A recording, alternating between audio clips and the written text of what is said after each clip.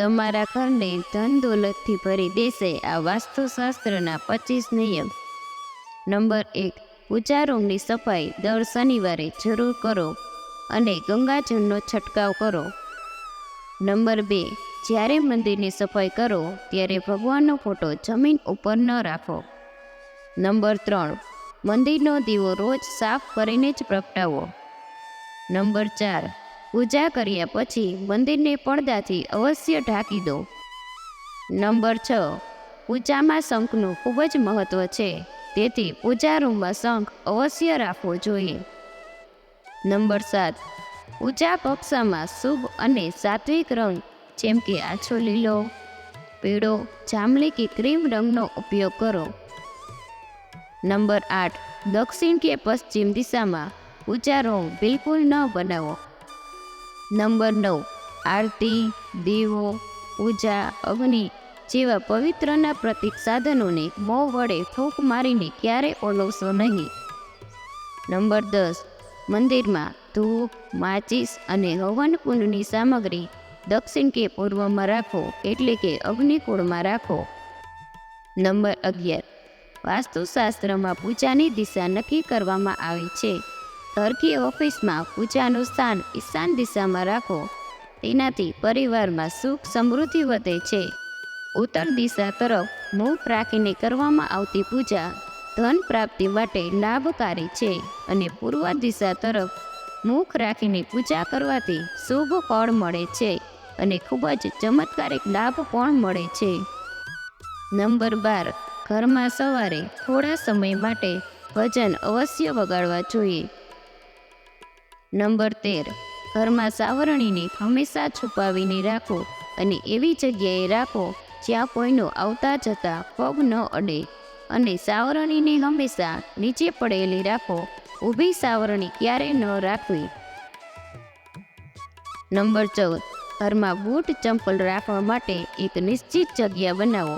Boot ચંપલ જ્યાં ત્યાં વેર વિખેર કે ઊંધા જતા ન રાખો, તેનાથી ઘરમાં અશાંતિ ઉત્પન્ન થાય છે અને માતા લક્ષ્મી ક્યારેય ઘરે નથી આવતા. નંબર 15. ક્યારેય પથારી પર બેસીને ખાવાનું ન ખાવું. આમ કરવાથી ધનની હાનિ થાય છે અને માતા લક્ષ્મી ઘરેથી ચાલ્યા જાય છે. જો શક્ય હોય તો રસોડામાં જમીન પર બેસીને ભોજન કરો. આનાથી તમારું ઘર ધન સંપત્તિથી ભરેલું રહેશે અને ક્યારેય ધનની કમી નહીં થાય. નંબર 16. કોશિશ કરો કે ઘરમાં કોઈ પણ બંધ ઘડિયાળ દિવાલ પર ન રાખો. જે ઘડિયાળ કામ ન કરી રહી હોય તેને ઘરમાં ન રાખો. નંબર 17. નવી સાવરણીનો ઉપયોગ હંમેશા શનિવારે જ કરો. નંબર 18. ઘરમાં ક્યારેય કરોળિયા ન થવા દો, નહીતર ભાગ્ય અને કર્મ બંને બગડવા લાગશે અને દરેક કામમાં બાધા આવવા લાગશે. નંબર 19. આ વાતનું ધ્યાન રાખો કે કોઈ પણ રૂમમાં જો બીમ બનાવી હોય તો તેની નીચે ક્યારેય બિસ્તર ન લગાવો, તેનાથી ઘરમાં નકારાત્મકતા વધે છે. આવામાં કોશિશ કરો બીમ ઉપર કોઈ પણ વસ્તુ ન રાખો, ત્યાં બેસવું કે સૂવું પણ ન જોઈએ. નંબર 20. જો તમારા ઘરનો કોઈ સદસ્ય હંમેશા બીમાર રહે છે તો ઘરમાં મીઠાના પાણીથી પોતું કરો, તેનાથી ઘરમાં નેગેટિવિટી દૂર થાય છે, સાથે જ પોઝિટિવ એનર્જીનો સંચાર થાય છે. નંબર 21. વાસ્તુ અનુસાર સ્વસ્થ જીવન અને લાંબા આયુષ્ય માટે તમારે હંમેશા દક્ષિણ દિશા તરફ માથું અને ઉત્તર દિશા તરફ પગ રાખીને સૂવું જોઈએ. આ દિશામાં માથું રાખીને સૂવાથી વ્યક્તિને ધન, સુખ, સમૃદ્ધિ અને કીર્તિ પ્રાપ્ત થાય છે.